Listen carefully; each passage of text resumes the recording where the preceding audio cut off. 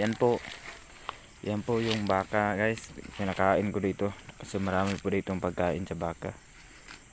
Tsaka nalagaan po namin itong maayos kasi hindi po to sa amin. Dito po kasi guys, yung baka po dapat maraming pagkain kagaya nito. Dahil pag wala tong pagkain yung baka mo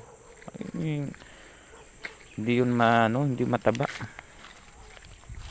At saka maliit lang yung kinain niya. Araw-araw kasi namin tong pinainom na ng tubig para lalong tumaba yung baka namin. At saka dito, ito po guys, dyan po, yan, dyan po ako maglakad pa uwi sa bahay.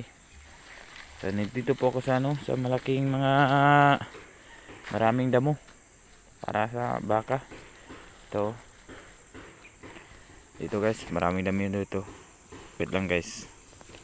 Ngayon, katapos ko lang magtali ng baka. Nandito yung baka ko, maraming pagkain yan.